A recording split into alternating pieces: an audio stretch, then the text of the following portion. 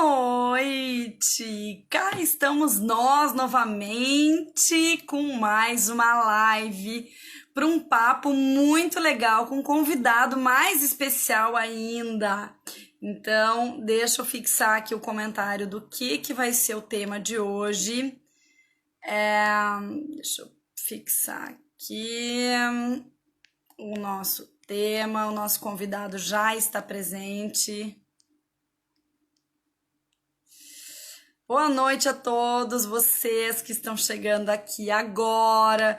Vamos partilhar esta live para o máximo possível de pessoas, para que esta live entre para a história, gente, porque eu esperei ansiosamente para poder fazer essa live aí com o Dr. Danilo e vai ser um papo incrível. E não vamos perder um minuto de tempo. A Vivi já está conosco aqui. Beijo, amiga. Doutor Danilo Galante está chegando aqui na live conosco. Vai ser muito legal a gente poder bater esse papo aí, falando sobre esse assunto tão importante. Boa noite, doutor Danilo. Boa noite, Anaí, tudo bem? Tudo bem? Quanto tempo?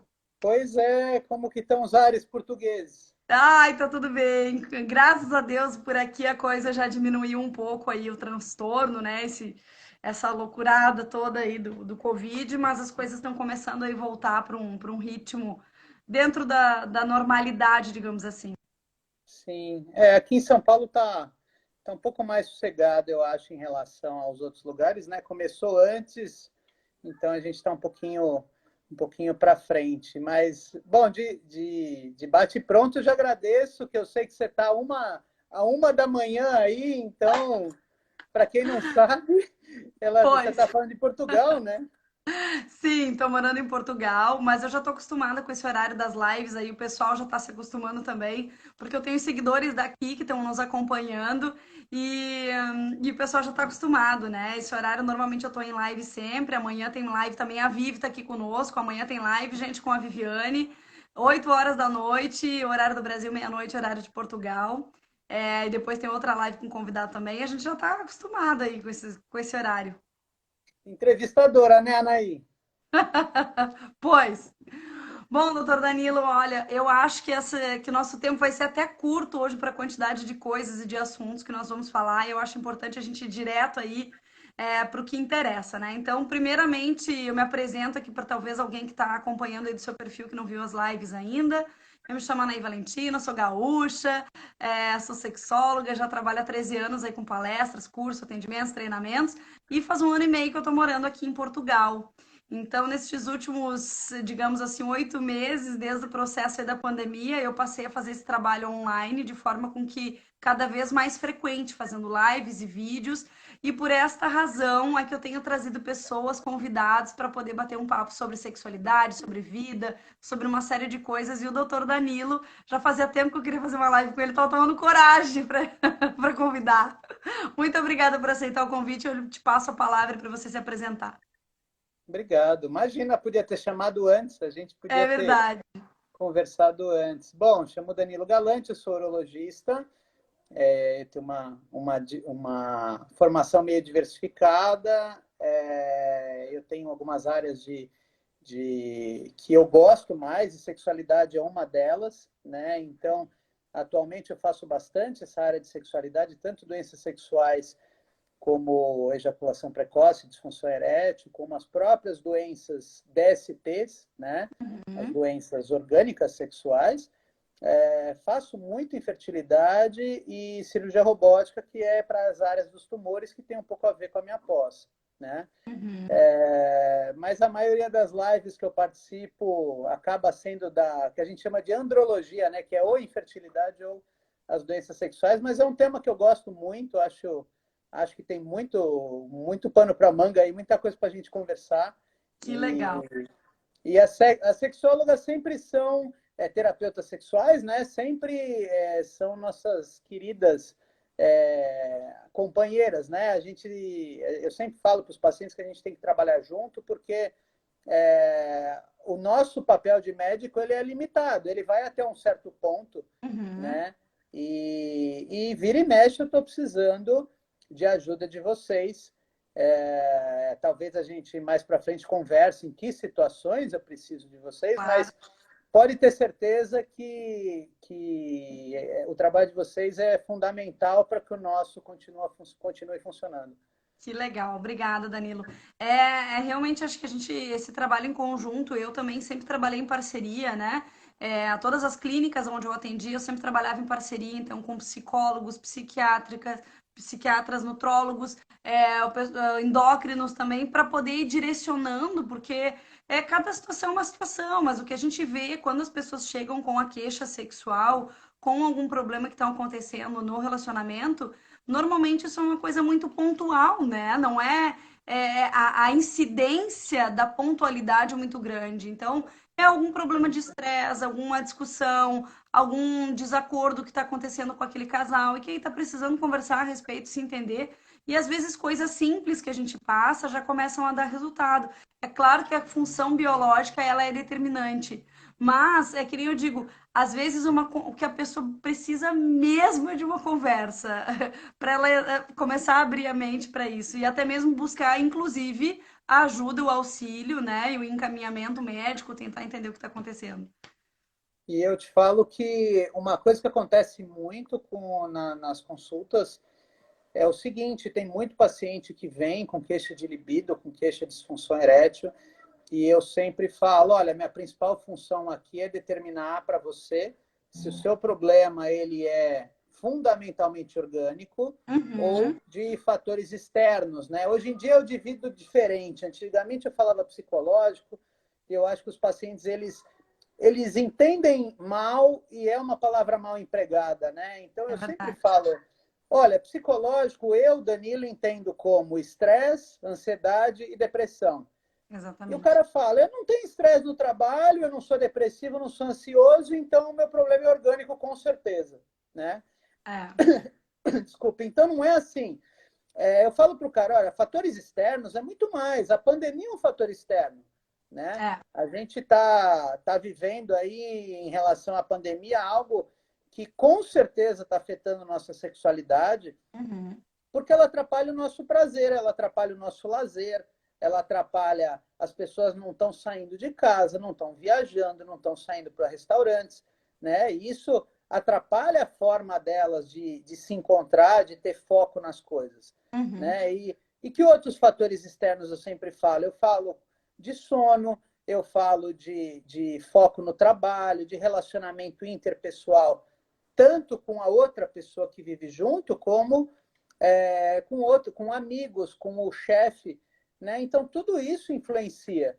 Uhum. Então eu Até a sempre própria, o próprio sedentarismo também, né, Danilo? sim, Porque as pessoas sim, estão muito em casa agora, não estão agora que aos poucos estão começando a liberar de novo as academias, né, os ginásios, como se fala aqui. Então, aos sim, poucos as pessoas estão começando a se movimentar, voltar para sua rotina.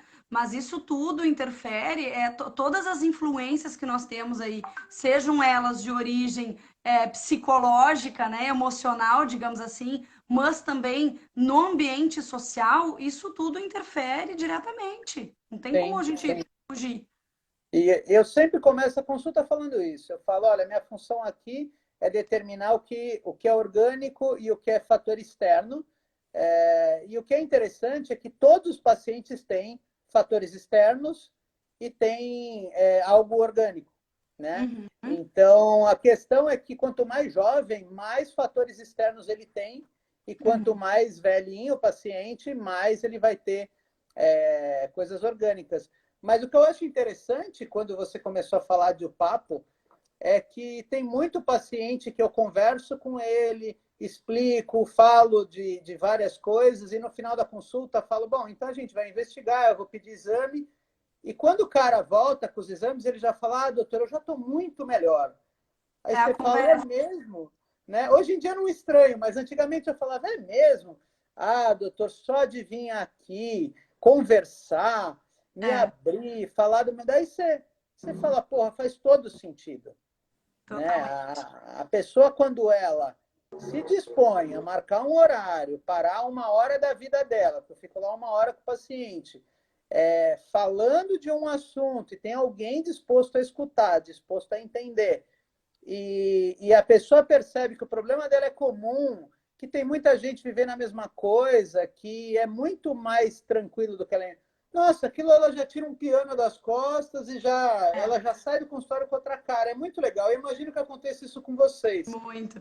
E eu falo bastante também dessa coisa assim, ó, eu penso, o nosso corpo, ele funciona de uma forma, numa engrenagem muito perfeita, né?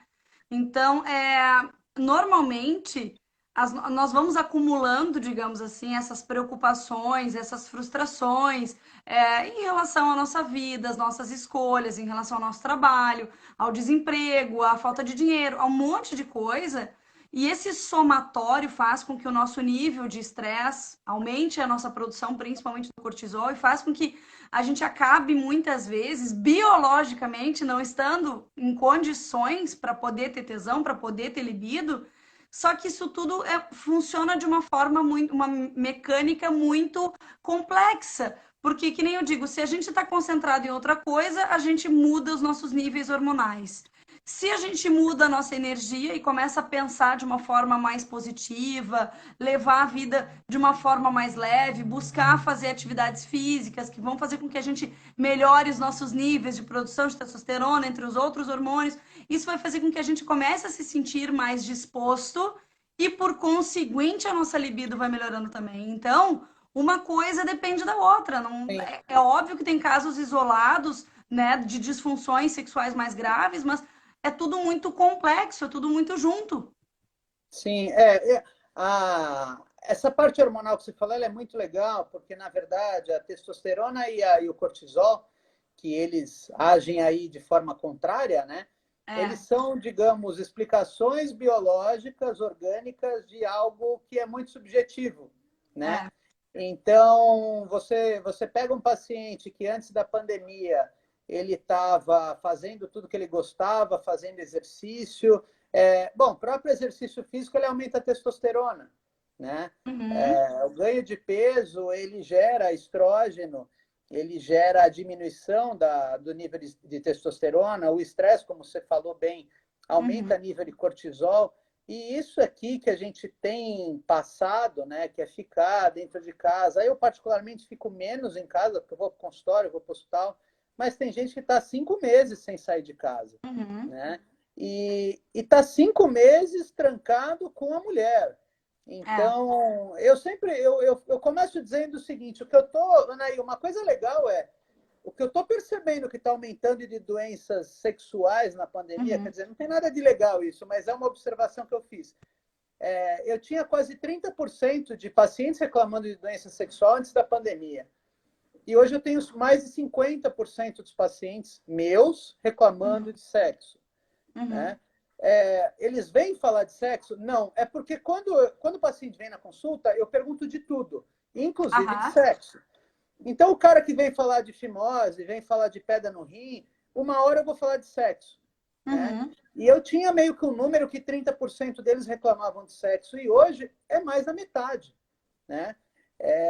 E é engraçado que muita gente fala assim, mais ou menos uns 5 meses, mais ou menos desde março, e a maioria dos pacientes não se liga que a pandemia começou em março. Não se dão por conta de que tem a ver com a pandemia.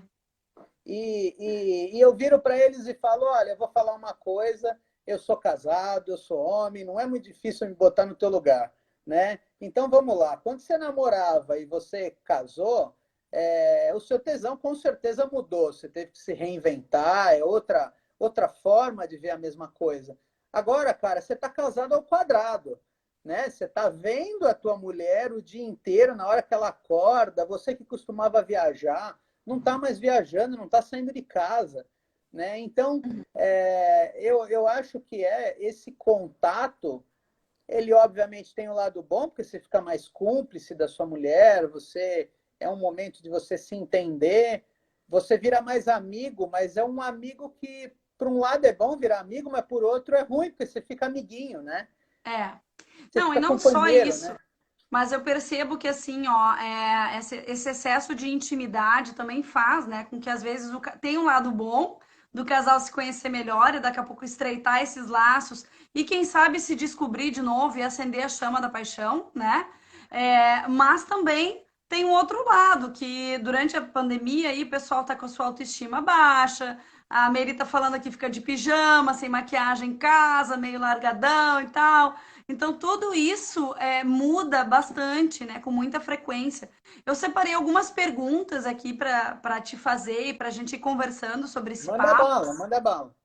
Tem algum índice, assim, das principais doenças de disfunções sexuais que você recebe, assim, com mais frequência? Existe algum índice, alguma coisa que você consiga ter essa Você ideia? O fala que de que mais tem causa? procura? Você fala de causa de disfunção erétil? Isso, da causa. Tá.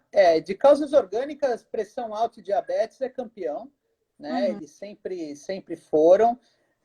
A idade, com certeza, é um fator que é importante.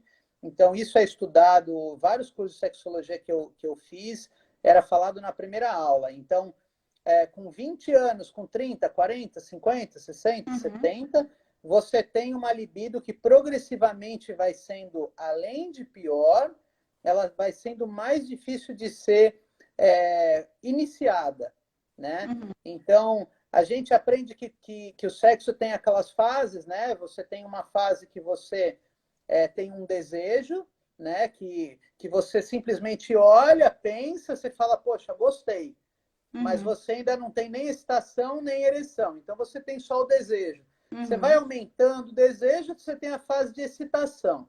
A fase de excitação é aquela hora que você ainda não tem ereção, no caso do homem, é, mas você já começa a ficar ouriçado, o coração já bate mais forte, você já Uhum. começa a ver a pessoa de uma forma diferente. Aí você tem ereção, né? Que se for continuar com o ato, aí você tem a relação sexual ou você tem a masturbação e o orgasmo. Então, Uhum. assim, tem a relação sexual ela é dividida bem certinho em desejo, Estágios. excitação, ereção, ato e orgasmo. E o Uhum. que é ensinado para a gente é que a partir do momento que os pacientes vão ficando mais velhos, cada fase vai sendo mais dificultada. Então Uhum. você tem que dar mais desejo, isso para o homem e para a mulher. Então você tem que dar mais desejo para esse homem para ele ficar excitado, né? Você tem que dar mais desejo para a mulher para ela ficar com excitada. E você tem que dar mais excitação para essa mulher para ela ficar, não com ereção, mas ficar lubrificada. Claro. E a mesma coisa no ato sexual. Eu tenho vários pacientes mais senhores que a queixa deles eu não tenho orgasmo, né? Uhum. Eu faço e canso, né? Porque o Uhum. cara tem 60, Não 70 tem a mesma anos. resistência também, né? Então, agora, se eu tiver que ir bem direto na tua pergunta, pressão alta, diabetes e causas psicológicas, aí sim entra depressão, Ansiedade. ansiedade, Uhum. estresse, né? E tudo que isso desenrola, mas eu sempre extrapolo nessa de fatores externos, porque Uhum. se você tem um tempo a mais para conversar com o paciente, eu já começo. Mas e o que sua mulher acha disso? E como Uhum. está a tua relação com a sua mulher? E às vezes o cara, nessa hora, ele já para, olha para o lado Já e se tem. entrega. É, Né? Aí você fala, bom, não é psicológico. Brigar é. com a mulher não tem nada de psicológico. Não, e principalmente, Danilo, assim, uma coisa que eu tenho recebido, assim, eu tenho feito muitas lives falando sobre esse assunto, né? Sobre assuntos relacionados principalmente para a resposta sexual masculina. Então, as pessoas comentam muito, os homens confundem muito a questão da disfunção erétil, mesmo que Uhum. precisa ser tratada, averiguada, entender desde quando, entender quais são os componentes que fazem parte dessa história, né? Biológicos, químicos e tudo mais. Mas o que acontece com uma frequência muito grande são homens jovens me procurando, com 20 anos, 25, 30 anos, e que em uma determinada ocasião brocharam, ou pelo uso do excesso de álcool, ou pelo uso de drogas, ou porque geraram uma expectativa muito grande em ter um encontro, uma relação com uma pessoa, e aí chegou na hora ali, esse excesso, né, de ansiedade acabou afetando. Então, a disfunção erétil para uma ocasião pontual, né, ou uma ou duas situações que têm acontecido, a gente precisa separar essas duas coisas e entender o que faz parte, né? Me corrija se eu É, estiver equivocado. não, está perfeito. A primeira coisa é explicar para o paciente se ele tem algo normal ou se ele tem disfunção erétil. Uhum. né? Então, assim, doutor, eu falei, eu estou com impotência. Não, você falhou na maioria das suas relações ou você falhou em uma em 10, né? Então, teve um paciente meu que estava contando assim para mim, doutor, eu estava indo muito bem, só que na semana retrasada eu tive 3 relações sexuais seguidas que eu falei. Falei, Uhum. poxa, entendi, você está preocupado, você marcou consulta. Eu falei, mas como foram essas 3 relações? Então, meu namorado, ele decidiu, era um casal gay, e aí ele Uhum. falou, meu namorado resolveu sair com mais um cara. E aí a gente tentou 3 vezes sair e transar com outro cara. E eu falei nas 3. Falei, cara, mas essa já é a explicação, É isso aí. né? É outra situação, você está se cobrando. E o pior, ele falava, o cara era 10 anos mais velho que eu, mandava muito bem, e eu fiquei me sentindo péssimo, porque o cara foi Uhum. lá e mais velho e deu conta do recado, e eu nem. Tá, e daí você se sentiu mal da segunda, porque você lembrou da primeira, e na terceira você lembrou que tinha falhado mais 2. Puta, foi Isso mesmo. exatamente isso. Como você descobriu? Eu falei, porque essa é a história de todo mundo. É. Isso é outra coisa que eu falo sempre, e eu deixo sempre isso muito grifado, não só para os homens, mas principalmente para as mulheres também, que é a questão da memória sexual, né? Quando a gente passa por alguma circunstância ruim, ou até mesmo a frustração, no caso das mulheres, de não conseguir atingir um orgasmo, no caso dos homens, de ter tido uma perda de ereção do nada, enfim, ou né, N situações que pode acontecer, aquilo ali nos gera um sentimento ruim, uma sensação ruim. E por esta razão, quando a gente vai para o ato sexual depois de novo, muito possivelmente a gente lembra daquilo. E se nós nos conectarmos com aquela memória, nós temos uma grande chance de se repetir o mesmo problema, né? Por uma questão Sim, da pré-antecipação ali do que vai acontecer. Então, o sim. homem ele tem, sim, total influência na questão da libido por todas essas questões aí que a gente está falando, todos esses problemas, e principalmente as questões voltadas mesmo para a área da saúde, como você mesmo falou. Teve uma pergunta aqui, agora há pouco a pessoa perguntou assim, em relação à obesidade, se pode atrapalhar na libido e no desempenho sexual. Vou deixar para te responder. Não, eu coloco já agora. A obesidade, ela não é que quem é obeso vai ter dificuldade, mas a obesidade, ela corrobora, ela dá uma piorada no cenário. Por quê? Primeiro, porque os pacientes obesos, não todos, mas eles costumam ter uma capacidade cardiorrespiratória pior, né? Aham. Então, eles cansam mais rápido, e paciente que tem dor não consegue ter tesão, paciente com Uhum. falta de ar não consegue ter tesão. Então, ninguém mantém ereção com dor. Então, se o cara está fazendo um movimento, começa uma cãibra na perna, ele vai perder o tesão, né? Uhum. Então, os obesos têm esse detalhe. Os obesos, eles têm uma testosterona diminuída, muitas vezes. Se você medir a testosterona desses caras, vai estar diminuída. O estrógeno deles vai estar aumentado. O estrógeno é um hormônio broxante, tá? Uhum. Tem uma questão também de autoestima, tá? Não é todo paciente obeso que se olha no espelho e fala, vamos lá, gordinho, você vai mandar bem. Uhum. Muito paciente já para aí, né? Ele já tem vergonha, tem a situação principalmente do homem obeso, que quando tem uma camada gordurosa na região do pubis, esconde o pênis, então ele Uhum. já acha que ele tem pinto pequeno, né? Uhum. Então ele já morre de vergonha de ficar pelado na frente da mulher.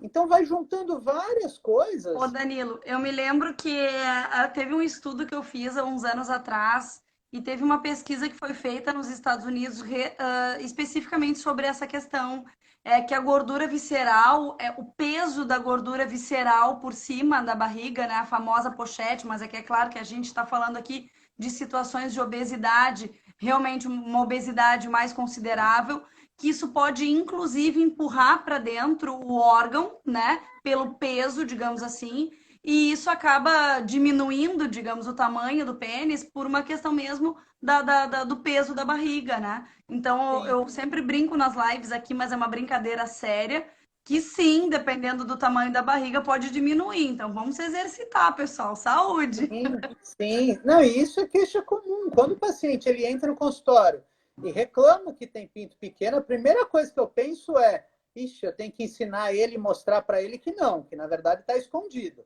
É. né? Mas sabe, Anaí, uma coisa que eu acho que uma das coisas que eu mais faço em consulta de sexologia é ensinar para o paciente o que é normal e o que não é.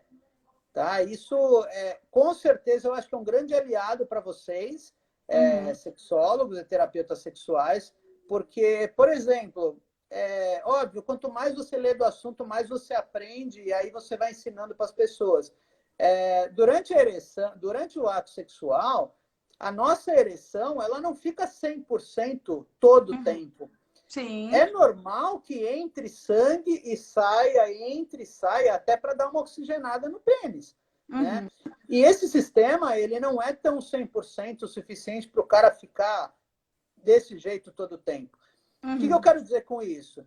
Que a gente, como homem, o nosso pênis fica 100%, de repente ele cai para 80%, ele volta para 100%, cai para 80%. A mulher pode perceber isso ou não, né? Uhum. E da mesma forma, a mulher é igual, e em determinados momentos da mesma trans, ela está mega excitada, ela está Uhum. super lubrificada, de repente ela dá uma secada, de repente ela Uhum. volta, né? Só que tem gente que, primeiro, não entende e não lida bem com esse assunto, né? Uhum. Então, poxa, eu quero transar e tá 100% todo o tempo, e tem horas que o pênis não fica 100%. Isso é normal, tá? Isso também acontece comigo. E tem horas que eu vejo que minha mulher tá super úmida e tem horas que ela não tá tanto. Então eu acho que ela Uhum. perdeu o tesão por mim ou que ela começou a pensar na conta de amanhã. E aí isso me brocha. Tá, deixa eu te contar que isso também acontece com elas. Aí o cara começa a olhar e fala assim, porra, então tudo é normal? Daí você fala, É. quase que tudo que você está falando é normal, é para É que você a aceitar. gente vem de uma educação muito conservadora, né? Punitiva, em que a gente não foi assim, nós não tivemos essa educação para falar a respeito disso. Eu acho que uma das coisas, e até eu quero te fazer essa pergunta aqui, que eu li um post teu que fala sobre o Viagra, né? Se é mocinho ou vilão. Eu percebo que cada vez mais os homens têm buscado, digamos assim, experimentar algum tipo de medicamento, que é importante deixar claro aqui, que é para disfunção erétil. Então, às vezes, o cara vai lá só para querer fazer, né, um agrado, né, bancar ali o gostosão e tudo mais. E, na verdade, isso pode ocasionar outros problemas também. Então, é bem importante, eu quero que tu explique um pouquinho o que, que pode acontecer com a pessoa que utiliza desse medicamento sem a orientação médica, né? E tendo em vista que ela não tem essa disfunção erétil. Quais são os efeitos que isso pode trazer para a vida desse homem? Tá.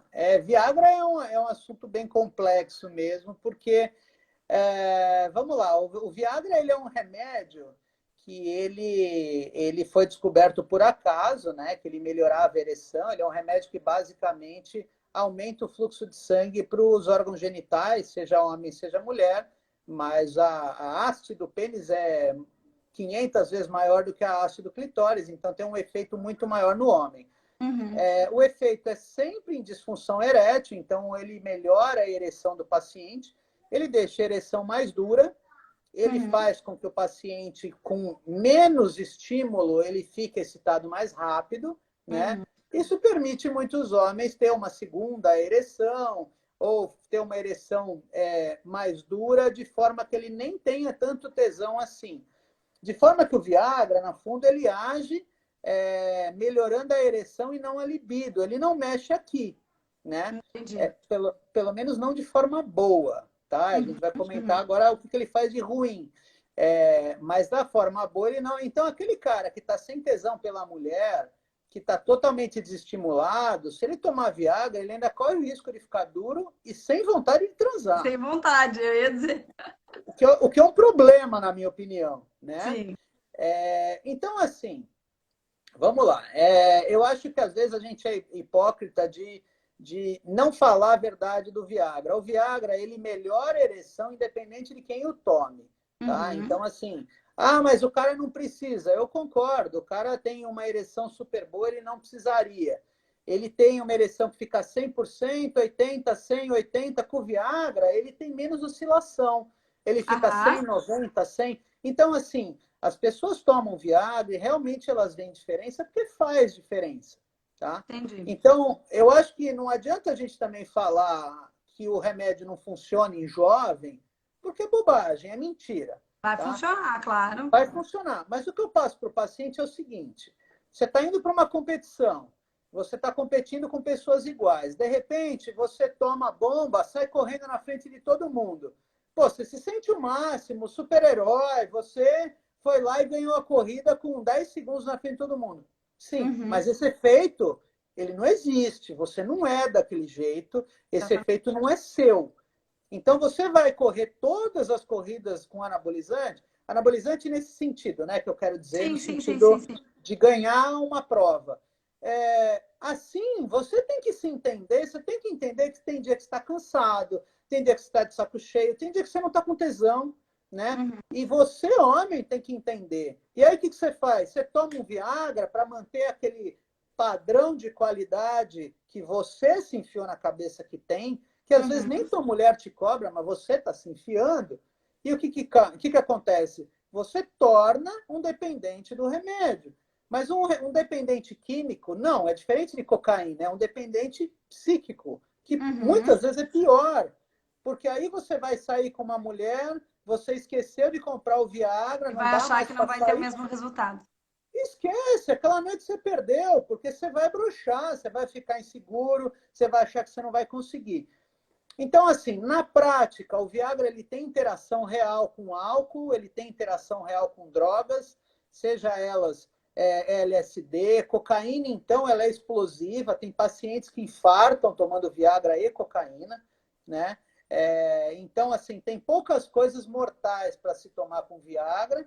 Uma Uhum, delas é um remédio que os pacientes cardíacos usam para dor no coração, que chama nitrato, né? uhum, Que tem alguns filmes que mostram as pessoas infartando. Tem um do Jack uhum, Nicholson super uhum. famoso. Ia dizer, eu lembro de um filme. Ele tomava nitrato, né? Ele era cardíaco e cocaína. Então, assim, paciente para infartar com cocaína é um pulo. E nas Uhum, raves tem vários estimulantes que a galera vai tomando, tomando, tomando, de repente põe um Viagra para dentro, vai transar e passa mal. uhum, Isso é uma coisa. A outra coisa é quais são os efeitos colaterais normais do Viagra, né? Então, a pessoa que toma Viagra, ela pode ter taquicardia, o coração dela pode acelerar, ela pode ter dor de cabeça, o uhum, nariz pode congestionar, né? uhum, E ela pode ter rubor facial, a face ficar vermelha. uhum. Nada disso mata, mas são coisas que assustam os Alguns efeitos pacientes. colaterais que acontecem. Mas são efeitos colaterais normais, tá? Normais. Uhum, Então, eu acho que o mais importante é o seguinte: o Viagra é um remédio para melhorar a tua pressão, para melhorar a tua ereção, assim como a gente vê muita gente tomando diurético para desinchar. Diurético uhum. não serve para desinchar e ficar bonita. Diurético serve para baixar a pressão, é um Agora, remédio usado eu ia para dizer. isso, né? Então, assim, você pode usar diurético, porque aquele dia você quer bater uma foto, até pode.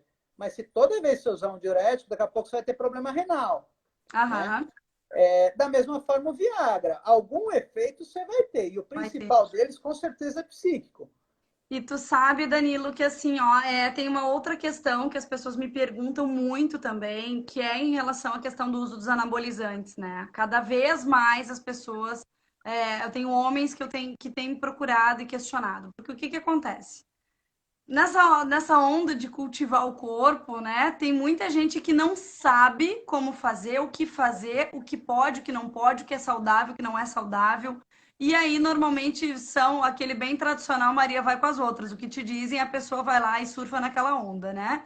Então, normalmente, esses processos anabólicos aí de ciclos, o cara pode até ter essa explosão inicial aí em função da testosterona, que é ter uma ereção e tudo mais, mas no processo de intervalo de ciclo, ele vai ter, além da queda da libido dele, porque o funcionamento do organismo, você deixou de estar trazendo componentes externos, né? Então, possivelmente a pessoa não vai conseguir ter níveis normais, digamos assim, que ela teria antes. Então, o que que acontece nesse processo, nessa diminuição aí dos hormônios, do intervalo, né? E se isso pode causar especificamente algum tipo de disfunção erétil por causa dos anabolizantes? Perfeito.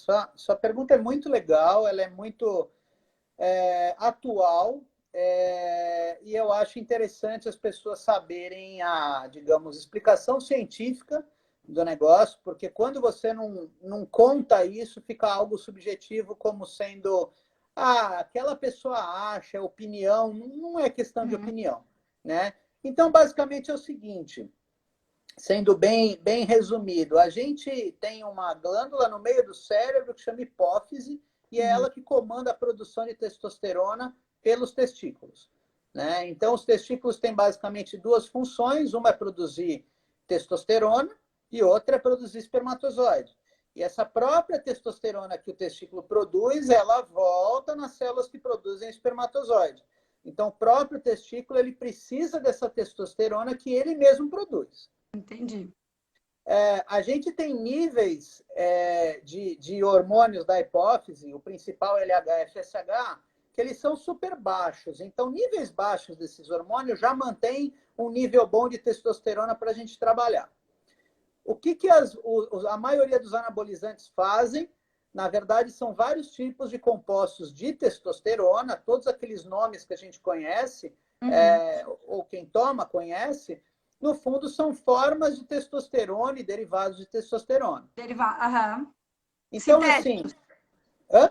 Sintéticos, né? Sintéticos, São, sintéticos. sim. Então, o que, que acontece? Você dá uma sobrecarga de testosterona, o nível do paciente que era, por exemplo, de 400, só para ter ideia, a testosterona normal do corpo é entre 240 e 800. O paciente tem 400, ele tem uma libido boa, ele tem uma ereção boa e ele é fértil, tá? Ele pode ter Uhum. filhos. Ele toma a testosterona, o nível dele pula para 1.500, por exemplo. Uhum. Ele vai ganhar todos os efeitos anabólicos do anabolizante. Então, quais são? Ele vai ganhar massa muscular, ele vai perder peso mais rápido, ele vai perder gordura, ele vai ganhar força, mas ele também vai ganhar agressividade, ele vai ganhar mais acne, mais espinha, e ele começa a ganhar uns efeitos colaterais que são: quando você pega a testosterona e joga lá em cima, os hormônios da hipófise tendem a zero, porque a hipófise trabalha pela testosterona. Então ela fala o seguinte: bom, já que está entrando testosterona de fora, eu vou zerar a minha produção, porque o testículo está lá trabalhando da cabeça dele, eu vou zerar. Então, a primeira coisa que acontece com os pacientes que tomam testosterona, pelo menos a grande maioria deles, é o espermograma deles zerarem e o cara ficar estéreo. Né? Então, esses pacientes que têm testosterona muito alta, a maioria deles, se você colher um espermograma, vai estar estéreo. O grande problema é que 1/3 desses caras, quando param de tomar a testosterona, eles continuam estéreo. Né? Então, assim, qual é o primeiro ensinamento disso? Quem toma testosterona tem risco de 1/3 de ficar estéreo. Uhum. Tá? De ficar. Estéreo não, na verdade, a palavra certa é infértil. Estéreo é o cara que faz vasectomia. Ele tem risco Uhum. de ficar infértil. Tá? Ele tem ejaculação, mas ele fica infértil. Por que Entendi. isso acontece? O cara tem 1.500 de testosterona, ele para de tomar a bomba dele, a testosterona dele cai para 100. Uhum. Não cai para 400, não cai para o basal dele, cai para 100, cai para E cento e não vai ficar no cinquenta. limite, vai ficar abaixo. E quando ele está no 150, no 200, ele vai ter todos os efeitos do cara com baixa testosterona. Aí ele volta a ganhar peso, volta a ganhar gordura, perde massa muscular, fica depressivo, É isso perde que o eu ia dizer. sono, E né? principalmente os efeitos psicológicos também, né? Perde a libido, perde a ereção e continua infértil. Normalmente, um pouco antes disso, quem prescreve anabolizante entra com o tal do TPC, que é a terapia pós-ciclo, que Uhum. nada mais é de uma tentativa de reativar a hipófise a voltar a trabalhar. Então, as terapias, os TPCs, a terapia pós-ciclo, na verdade, é uma porrada na hipófise para ver se ela volta a pegar no tranco, volta a produzir LH-FSH, volta a Uhum. estimular o testículo para ver se ele volta a retomar a produção dele. Ele voltando a retomar, o paciente volta ao normal. Então, isso acontece em 70% dos pacientes que tomam anabolizante, né? Você para e tudo volta ao normal. Então, o que acontece com muita gente? Como tem muita gente tomando testosterona, você começa a ver muita gente nesses 30%, né? E aí você vê caras Exatamente. de 30 anos que tomaram testosterona a 10, que estão com atrofia de testículo, porque o testículo nessa hora ele já desencanou de trabalhar, ele Uhum. atrofia, né? A testosterona basal desse cara vai lá para 100, 150, e ele começa a virar dependente de testosterona, né? Ele começa a ser um cara que só vive bem, só está bem-humorado, só ganha massa muscular, só trabalha bem se tomar testosterona. E aí o cara vira um dependente real. Que legal. Eu não sei se tu tá conseguindo ler os comentários aqui, mas o pessoal tá elogiando aí sem parar a live. Tá todo mundo adorando, te parabenizando, adorando. Obrigado. Não, eu não estou conseguindo, eu leio uma ou outra, mas Tá, que bom, não, e que assim, bom. o pessoal tem algumas pessoas fazendo perguntas em relação à questão da libido das mulheres, mas hoje, gente, o tema da live é para os homens. Numa próxima, a gente vai falar sobre mulheres aí, que eu tenho certeza que vai ter muito assunto ainda. E deixa eu te fazer mais uma pergunta, assim, que as pessoas questionam bastante, né? Sobre a ejaculação precoce. Tem alguma causa específica? Como é que funciona o tratamento? O que que pode ser feito? Vamos lá, ejaculação precoce é algo que acontece em pelo menos 30% da população masculina, né? Então, é uma queixa das mais comuns em problemas sexuais, mas a grande sacada da ejaculação precoce é, de novo, o paciente saber até onde isso é normal, até onde isso é um problema, né? Uhum. Uma vez eu fui num congresso americano e o cara começou a aula explicando sobre ejaculação precoce. Eu conto sempre para os pacientes isso que eu escutei. Ele falava o seguinte: ele falava, vocês, quando olham para a natureza, você vê um casalzinho de, sei lá, um casalzinho de ratinho. Eles vão lá, prum, gozou, acabou. Cada um vai para um lado. Vocês já perceberam que todos os bichos da natureza, eles transam em segundos, gozam em segundos e cada um vai para um lado? Faz sentido. Por que acontece isso? Porque, na verdade, enquanto eles estão transando lá, eles estão desligados do mundo. Então vem uma Exatamente. presa e come os dois. Aquilo lá para a natureza é um strike, né? Então, só sobreviveu os bichos que transaram rápido. No fundo, é isso. O ser Aham. humano, no fundo, ele é um bicho um pouco mais, é um pouco só, tá, Nay? Um pouco mais É evoluído que os pouco. outros. Um pouquinho.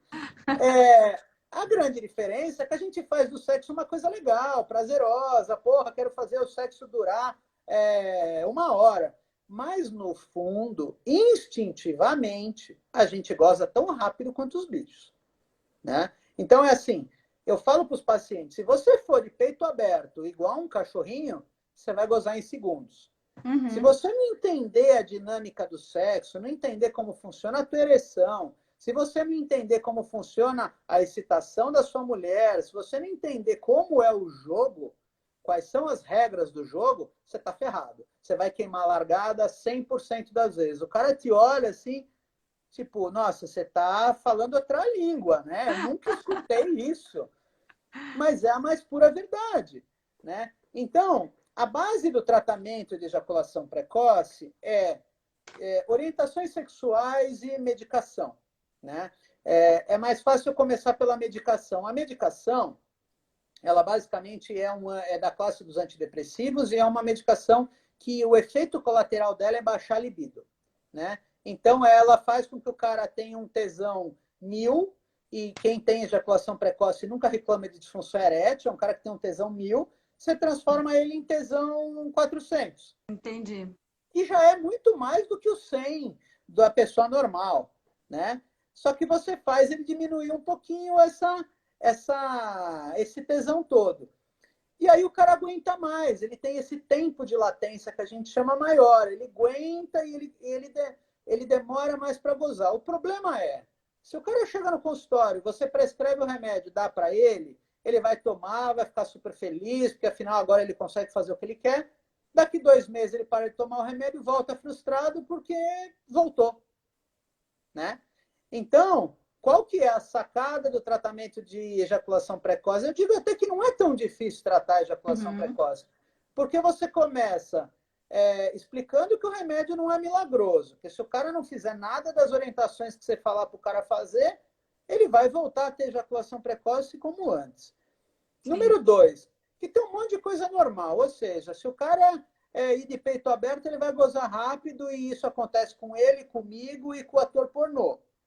A diferença é que o ator pornô treina isso direto, igual um jogador de futebol treina a cobrar falta e por isso que ele faz bem, né?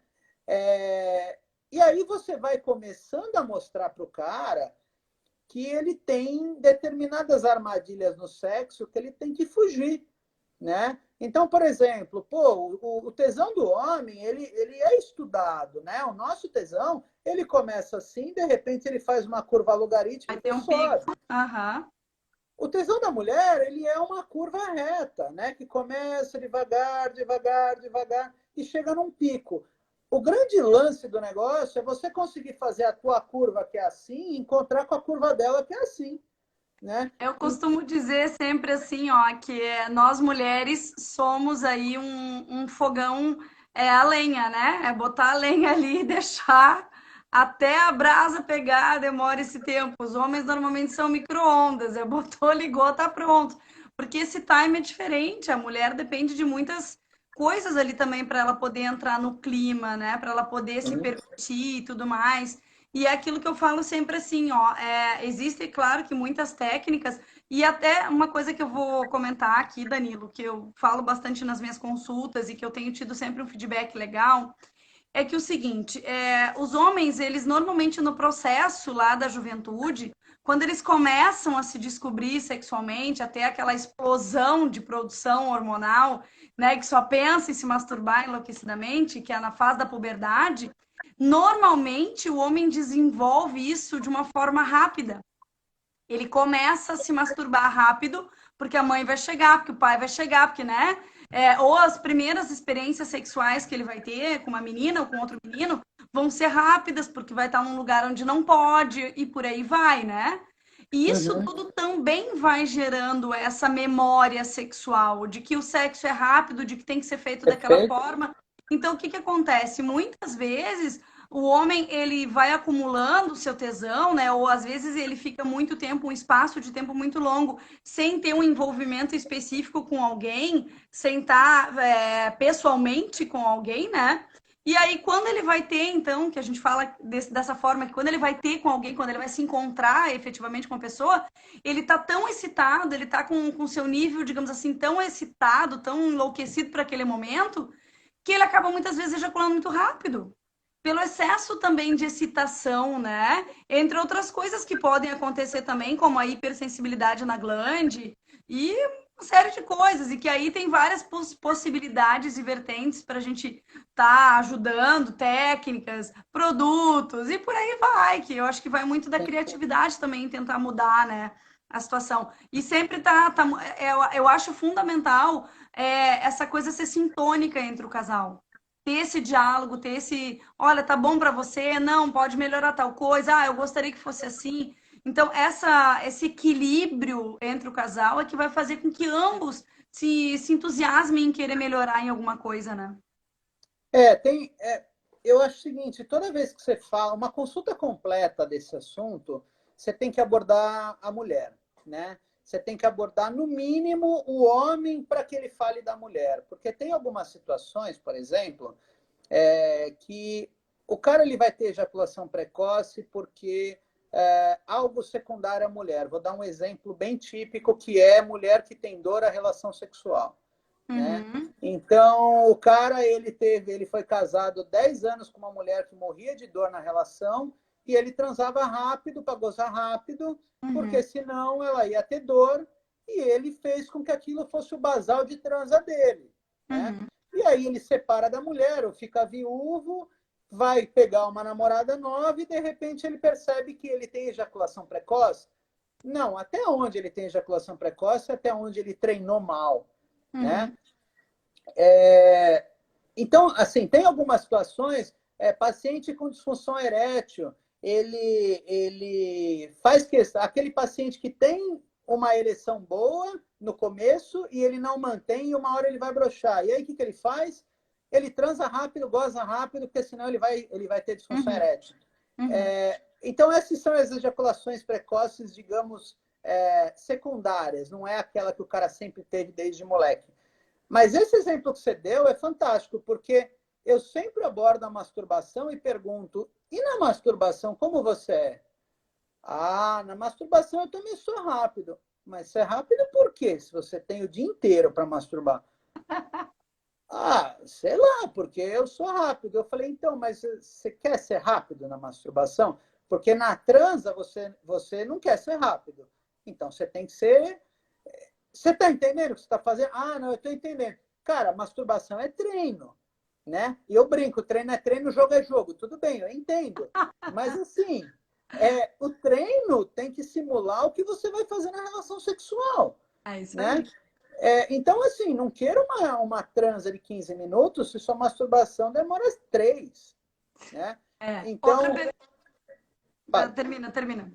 não, eu ia falar, então você tem que tentar prolongar essa masturbação o máximo que você der. No fundo, eu falo para o cara, você tem que ter controle para aquele dia que você tem a tarde inteira para ficar se masturbando, você fica 1 hora se masturbando. E aquele dia que você tem 5 minutos, você goza em 5 minutos. Você tem que ter esse controle. A hora que você tiver esse controle, vai ser muito mais fácil você ter controle na relação sexual.